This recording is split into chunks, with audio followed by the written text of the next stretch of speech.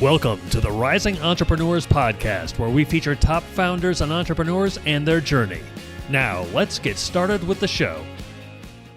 Hey, everybody. This is John Corcoran with Dr. Jeremy Wise, and this episode is a little bit different. This is a live interview that we recorded at the Global Leadership Conference from Entrepreneurs Organization, where some of the best entrepreneurs from around the globe share ideas and to learn about entrepreneurship. And of course, this episode is brought to you by Rise 25, where we help B2B businesses to give to and to connect to their Dream 100 relationships and partnerships, helping you to run a podcast so that it generates a referral pipeline and ROI. Yeah, I mean, John, after both of us have been podcasting for over a decade, the number one thing in our life is relationships. And we're always looking at ways to give to our best relationships. And we found no better way to do that over the past decade than to profile the people and companies we admire and shout from the rooftops what they're working on. And this interview is no different. So if you've thought about podcasting, you should go to rise25.com to learn more, or email us at support@rise25.com. Thanks, everyone. Enjoy the interview. Enjoy.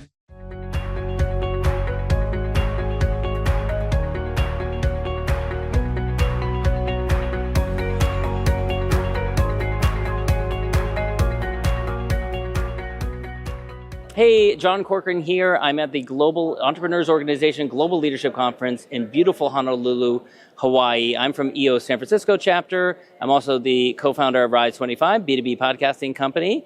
And I'm here with Catherine Tyler from Baer Reed. She is our incoming president of the EO San Francisco chapter, which we're really excited about. I'm going to be serving on her board. And Catherine, let's start with Baer Reed. How did that get started? Where did that idea come from? And I'd love to hear about kind of the early challenges of getting it off the ground. Yeah, absolutely. So I was an antitrust lawyer at Gibson, Dunn in San Francisco. And they would talk about what it takes to make partner, and I would just think, that is not for me. So I started to think about what else you could do. And these antitrust cases involve major international cartels, and the documents would be in China, and we'd be translating them and sending them to Germany. And I kind of had this light bulb moment, if the documents are not in the US, half the conduct is not in the US, half the clients are not in the US, why are we doing all the legal work in the world's most expensive jurisdiction? Yeah. And so that's city, San Francisco. Yeah, exactly. Why are we doing it all here? And so that's when I started to look at what other places had similar legal systems. And actually, the Philippines legal system was set up by the US following World War II. Oh. So actually, everything in the Philippines is basically identical. So the SEC is still the SEC, the National Bureau of Investigation, all the same systems. Oh. So that was what gave me the idea. And then I told the law firm I was quitting and moving to the Philippines, and they said, give us 6 months. And then off I went. So you moved to the Philippines to start it. I haven't even heard this story. So that sounds dramatic. Okay, so the first place I actually moved was back in with my parents. And naturally. And I said, because if I stay here in San Francisco, I'm going to have too much fun. So I'm going to move in with them. And when I've raised the money that I need to seed money and put together my business plan, then I can move out and go to the Philippines to get this started. So it took me 6 weeks to raise all the money that I needed. You were motivated. I was motivated. And then I moved to Manila. And I think one of the biggest challenges we had is that the system there is very complicated. I would have done things very differently now, but I didn't really know any better, and I didn't have many contacts or mentors. So it took us about a year to open our doors, and we've now been in business since, that was 2011, actually April 4th, yesterday, I guess. So there must have been some people that thought you were crazy. You were leaving this high-paid job at this, impressive reputable law firm, you move in with your parents and then move halfway around the world. There must have been a lot of people doubting you, asking, what the heck are you doing? Yeah, I think it takes a lot to get to where I was before I decided to take entrepreneurship on. But, the thing about being an entrepreneur, and you know this too, is that if that fire is in you, there is no way to put it out. You can't just sit there and have someone tell you what to do all day when you have your own ideas and places you want to go. So I always say, leap before you look, and build it on the way down. Build the parachute. And I know that the time that you joined EO was a time when you were kind of burning the candle at both ends, working extremely hard. Talk a little bit about that. Yeah, so I joined EO during the pandemic. It was actually, someone reached out to me on LinkedIn in the summer of 2020. The restaurants had just opened again in San Francisco, and they had an expert witness company. And they're like, I bet we could do some work together. So we're like, great, we'll go out to lunch. And we got there and realized sort of right away that the fee sharing rules around attorneys meant that we probably weren't going to actually be able to work together. And so he said to me, but we're here, let's enjoy this lunch. And he goes, Catherine, you're an entrepreneur. This has been such a rough year. How are you doing? And I just burst into tears with this complete stranger from LinkedIn. And I'm crying at lunch. And I'm like, it has been so hard. And I am all by myself. And he just said, we got to get you an EO. Wow. Yeah. Wow. And he set that up for me. And then I was actually got invited to an online test drive at that time because we were all still quarantining in that fall. And that joined the end of that year. And I imagine when you came to that, you were probably thinking, as many do, how can I manage this? How can I do this? How can I afford it? Do I have the time for it? So talk a little bit about overcoming those hurdles. Well, certainly. I mean, at the beginning, when you're looking at I think when at the beginning, when you're looking at the cost and the time involved, it seems like a lot because you have not yet had a true appreciation of all the value you're going to get out of it. Now I can't believe how little we pay to be a part of this organization because it is the most transformative thing I have ever done in my life, personally, professionally. Like this, it's just the most transformative place and people. And let's talk about some of that transformation because you have a big personal transformation, which is on the horizon right now, but also first on the business side, you went from working your butt off basically to, I tell people, my friend Catherine, who I lose track of how many places she's traveled to because you are all over the globe having these amazing adventures that I'm jealous of. Yeah, and actually, I don't know if you know this, but I'm going to Argentina on Friday. Yeah, see, there's another one right there. And then on to Patagonia, and then I'm going from Patagonia to Greece for the Regional Leadership Academy for EO. Well, the Catherine in 2019 was not doing any of that. No, I was So not. how did you get over the hurdle to get to the point where you have a business that allowed you to do that? Yeah, I was in 2019, when I joined, I was still at the place where I would be awake at 11 o'clock at night doing stuff for the company myself. And I still felt really siloed. And most importantly, I felt really burnt out. And I have this notebook I use for EO, and the very first page says, it's okay to just quit. And that was not about EO. That was like my mantra to myself, like, you can walk away if you have to from your company. And I had this dream. Then my dream was I'm going to quit my company and I'm going to go work at Starbucks in Elko, Nevada. That was the closest place I thought to where the Bay Area, where you could afford an apartment on your Starbucks salary. Got it, okay. So that's the level of burnout we were at. And when I joined my forum, we were talking about this, and on one of our first meetings, like my first meeting with them, and someone was like, would you be willing to do a deep dive on this at our upcoming retreat? And I said, I would love to. Like, I'm so burned out. And so Pascal Zuda was my coach. I still remember our first call. And so he coached me through talking to my forum about the problem. And then they all shared like the places. I mean, it just makes me emotional even thinking about it, because at that moment I was so burned out and I thought I was the only entrepreneur who ever felt like that. And these were 10 amazing individuals who have really impressive careers and companies who are telling me that they all felt that same way too. And then they shared with me the things that they did and the mantras that they have to get themselves out of that place. And one of the strategies, we kind of call it the chocolate cake plan. And it's about how to delegate more in your business and how to get to the mindset of delegating more in your business. And I've been able to now use that. So I would say on my actual business that I joined EO with, I spend maybe an hour or two a day, tops. Wow. And you have a separate firm also? Yeah, so that allowed me to then I set up a new law firm that works on global anti-human trafficking cases. Something you're passionate about. Yeah, something that has allowed me the space to actually turn my career back into something I really care about doing. Yeah. It's been pretty amazing. And then you joined the board. So talk a little bit about, that's an additional contribution, right? It takes time to be on the board, and what you've gotten out of being on the board and now stepping into the presidency. One of the things that Rob Castaneda, one of our former presidents, always says that really resonated with me in joining the board and getting more involved in the organization is that when you're in those moments of feeling overwhelmed, you actually have to do more, not less. It's like, when you're fishtailing, you got to hit the gas, not the brake. Yeah. And that was really true for me. So there was a need for someone to do events, and I really stepped into that role.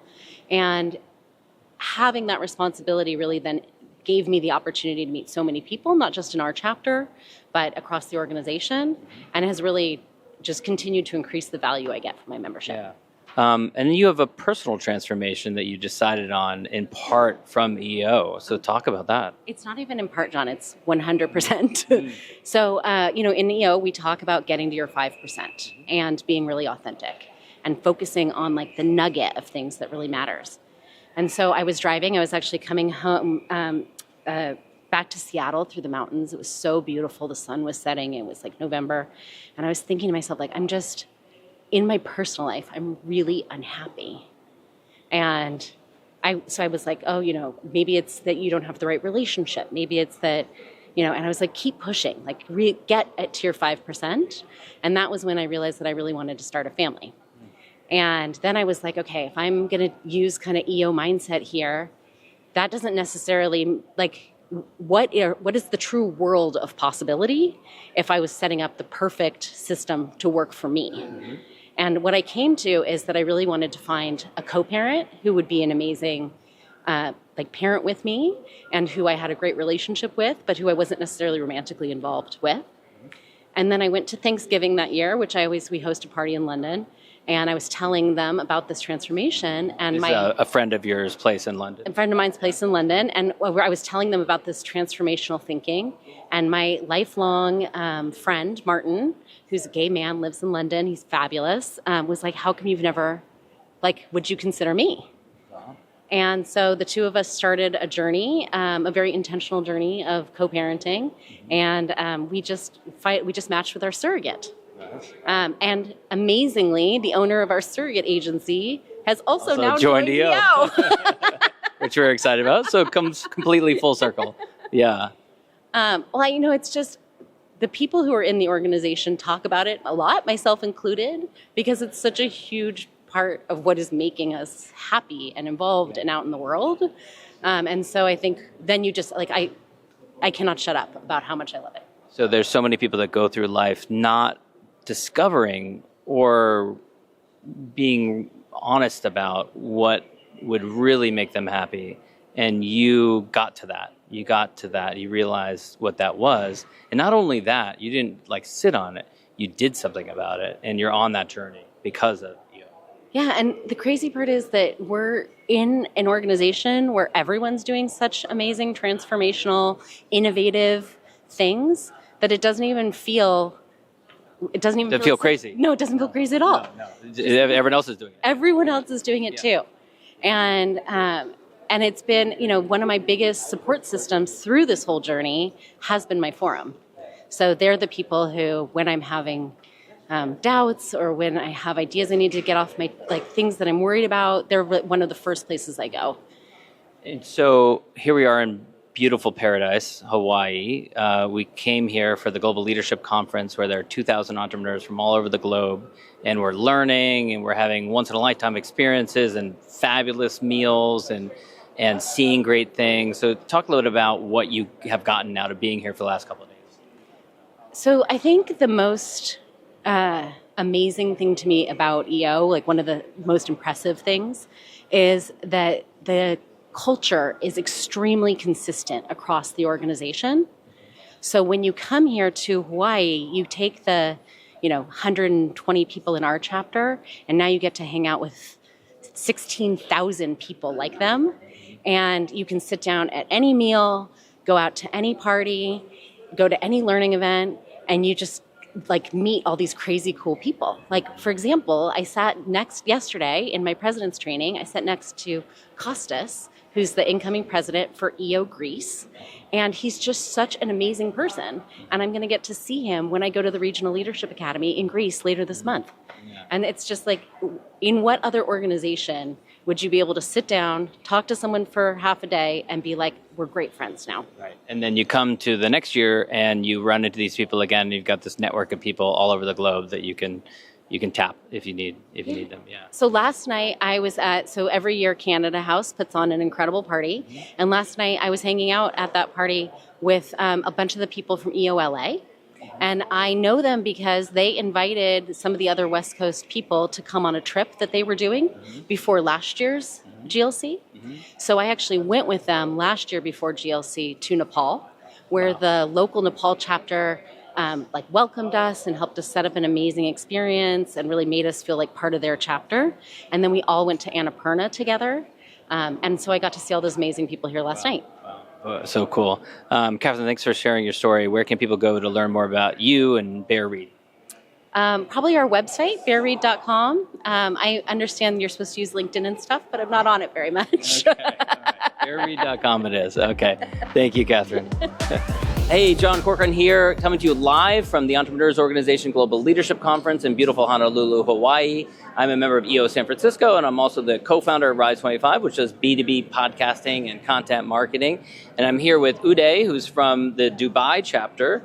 And Uday, we were just talking about your entrepreneurial journey, starting your company. You were an employee, and then you started your company. Tradeways is the name of it. Tell me the origin story behind how you got started. Yeah, thanks. Look, it was a pretty interesting journey because I'm a career guy. I'm a chartered accountant by training. So when I started my journey, I was destined to die in my accounting firm. Yeah. But as luck would have it, I moved to Dubai about 20 years ago, which in itself was going through a big transformation. And at my age, we did a whole bunch of things. And I was very lucky to join a sovereign wealth fund very early in my career. And we invested a shed load of capital in Africa, Middle East, and Asia. But as luck would have it, the financial services crisis happened in 2008, and the whole world fell apart, which was great for me because I had to restructure a whole bunch of debt and 230 companies in our portfolio, which we had to then reshape. So I did that successfully, etc. But after 2 years, I thought I was equipped with enough skill to then say, well, I'm going to try and do this on my own. And I'm originally from Kenya, so there was an itch to do more and more back in Africa. Is that, to go back to Kenya? Well, to do more business in Africa and stuff. So we support, so I set up a practice, and I thought I could mimic my alma mater, which was PricewaterhouseCoopers, and I set up a lot larger company. A lot larger company, so I thought I'd bring it back in, but I think it was missing, as with larger companies, and there's no criticism of them, but I think it's, when you're a founder of business and a leader of a family, you want more personal attention, and I think that was the ethos with which I started. Yeah. And we had built a lot of connections just by virtue of being in a sovereign wealth fund from Asia, Middle East, and Africa. And I thought I'd be able to bridge some capital flows between these geographies. I'm getting the sense that it was a little harder than you expected. Well, that was the thesis. And on paper, it sounded like a slam dunk, and I thought I was in. But to be honest, I had early wins, which were great. And we did, at that time, we advised the largest deal in Kenya, etc. So it got me the mileage. But after that, it's like falling off a cliff because you've essentially got to just start hustling and get on the road, and you don't have this big infrastructure around you, which I had either at the Sovereign Wealth Fund or PricewaterhouseCoopers, and building those relationships again. And when you don't have a name card or a calling card, people don't take your phone call. So just starting that journey was very, very difficult. So it was a lot slower than you expected. A lot slower, a lot painful, and I've got a lovely family of 3 kids, and when you wake up in the morning, you've got to figure out how you're going to pay the school fees at the end of the term, right? Yeah. And were you able to pursue over time that passion for doing more work back in Africa? So absolutely. So I'm super grateful because 10 years on now, we celebrated 10 years last year. We've been able to establish ourselves as the go-to people for family advisory, corporate finance. people who are family-run businesses, at least in East Africa. And it's now people calling me. So the tables have turned, but it's not without a lot of hard work. We're here at Global Leadership Conference. Have you been to other GLCs, and why do you come? What motivates you to come here? So this is my second one. I was in Singapore last year, which I thought was actually I was a skeptic before I attended. To be very honest, what does it mean? We're just a bunch of people meeting. It's just another convention. But actually, when you get here and you start talking to people, a lot of those struggles and stories that I had, actually a lot of people have. Lots of other people have the same similar stories. Similar stories, similar pains, and I think when you start talking to people, you realize, well, actually, you're not alone. And I think this gives you that. And I came from PricewaterhouseCoopers is one of the largest financial services globally, and you're not alone there, right? So you've got a bunch of peers anywhere in the world. And when you're alone and you're setting up on your entrepreneurial journey, I'm genuinely alone. But what this gives you, GLC gives you, is the idea to just meet people who are in that new field. You're part of one big firm, essentially, with different stories. And what about, have you had other challenges with the company with building it over the years? There was COVID and things like that. So my business is a people's business, right? So we advise people, and if you can't meet people and you can't talk to people and people are struggling in their own businesses, I mean, it becomes difficult, right? So for 2 years, you've got to figure out, what am I doing? Am I in the right place? But as luck would have it, and it's not luck, I suppose, it's how, if you persevere enough, they themselves, these businesses have challenges out of COVID, and what they needed was help. So we were able to provide that. So I think COVID was tough, but on the back of COVID has actually turned out to be okay for people like us. So it's perseverance, I think, is important. Well, this has been great. Where can people go to learn more about you and your company, Tradeways? So we're based in Dubai. We work in Africa. You can go to tradewaysme.com, which is my website. Visit me on LinkedIn. My name is Uday Bhasin, and I'm always one phone call away. Perfect. Thanks so much. John Corcoran here from the Entrepreneurs Organization Global Leadership Conference in beautiful Honolulu, Hawaii 2025. I am a member of the EO San Francisco chapter. I'm here with another member of the EO San Francisco chapter, the co-founder of Rise 25, which helps B2B businesses to get clients and referrals and strategic partnerships with Done For You podcasts and content marketing. And we're going to be talking about Augmentor, which I know the whole story behind, but you share the story with all the listeners, all the viewers. So you have been in EO San Francisco and in the Accelerator program first, and had a marketing firm for a lot of years, which went through a transition. So tell us that story. Yeah, so I started with a marketing agency, which I ran for years, and it was moderately successful. It was successful enough to pay my bills and give me a comfortable lifestyle, but it was a bit of a grind. I learned about Accelerator. I took the marketing agency into Accelerator, had some great growth, learned some great lessons, but what happened was the pandemic, and things slowed down with my marketing agency. The fees kind of dried up. Everybody dialed back their ad spends, and I had a team of people who were really qualified, marketing and sales support people that were on my team, and I started lending those people out to my clients just as a strategy to keep them loyal, to keep them engaged. I said, hey, let's provide some service for them so that when they open up their ad spend again, they'll come back to us.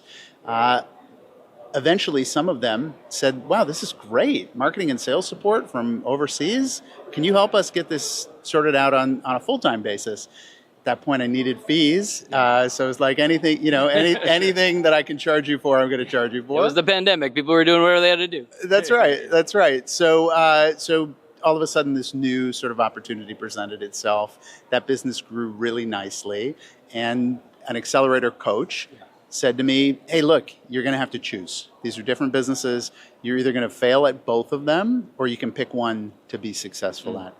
I picked the virtual marketing and sales support angle and grew that into a separate business that's now called Augmentor, and eventually wound down the marketing agency. And very quickly, the virtual sales and marketing support business grew to be EO qualified, and I was able to jump over the line. I remember how exciting that was when I heard that was going to be the case. You and I are very passionate about the Accelerator program, both having been through it, both having graduated from it. Can you speak a little bit more about the impact that program has had on you? Yeah, so So I've heard you say it's like the MBA I never got. Well, I got an MBA. You actually have an MBA. Right. So I got an MBA. So I've got a point of comparison. And I can tell you, Accelerator is more practical, was more valuable, and frankly gave me the tools and the confidence and the community that I needed to grow my business. I learned a lot in business school. I had a great time. But if I had to choose, I might choose Accelerator or to recommend to entrepreneurs who are frustrated, who don't have all of the skills that they need to actually grow their business. And you, like I, came directly into EO and got involved, and now you're on the board. Talk a little bit about what that's been like getting involved in the EO community. Yeah, it's been great. I think it's really so much more than Accelerator. Accelerator is tremendously valuable, very, very practical, but the greater EO is really more holistic. So it's there for personal growth. It's there for emotional growth. It's there for challenges that come up in life that are professional and personal. It's also a lot of fun. I mean, it's great people. It's people who get it, who you can connect with, who you can be honest and open with. It's a trusting environment. And frankly, you get to do amazing things like go to Hawaii and hang out with 2,000 entrepreneurs for a week. And that would be my next question is, so what have been your takeaways from the last couple of days hanging out here with 2,000 entrepreneurs in beautiful Hawaii? It's been learning a lot, sort of drinking from the fire hose, if you will. Some of my takeaways are kind of board composition and management, both at the Accelerator level and at the regular EO level, which is empower smart people, trust them to do great things, set expectations, have high goals, and actually your board should be able to deliver the results regardless of you as a leader taking things on. I think as entrepreneurs, a lot of us have control issues. We want to do everything. Well, you're in a community of entrepreneurs. Trust people to do things their way. Trust people to ask questions and access resources. And this is some of my learning from GLC. Any final thoughts for potential members who are thinking about looking at EO San Francisco or EO San Francisco Accelerator program for that matter? What considerations they should take into account? Yeah, I think if there's one thing, and this probably applies to both EO and EO Accelerator, is beginner's mind. Sort of assume that maybe you don't have all the answers, and as a starting point, that's a really, really great way to access the knowledge that's available in the other members, that's available through the coaching or the mentoring programs. If you come in thinking you've got it all figured out, that's really not a recipe for success. Mm-hmm. And I also want to ask you about what have you taken from getting involved in the board and brought back to your company or to your personal life? How has that benefited you? Yeah, so the board has been tremendous. I mean, initially it was an ask, give something, like contribute more. But I've actually gotten so much from participating in it. One, it's given me a front row seat to see how other leaders operate, how they handle their roles and their challenges. Two, it's deepened some of those relationships with people who I knew pretty casually, and we had friendly relationships. Now it's kind of cemented that. And then three, I'm really learning a lot, not just in the context of the board, but actually getting to know these people, how they conduct their lives, how they conduct their businesses, how some of them have exited. So really, really interesting stories, and I get to actually take all of that in. It's been really valuable. Well, this has been great. Where can people go to learn more about you and Augmentor? Yeah, so augmentor.com, OGMENTOR.com. That's the place to find it all. There's links to social there, or you can find us on all the major socials. Great. Thank you so much. Thanks for listening to the Rising Entrepreneurs Podcast. This episode is powered by Rise 25. Please subscribe and check out future episodes.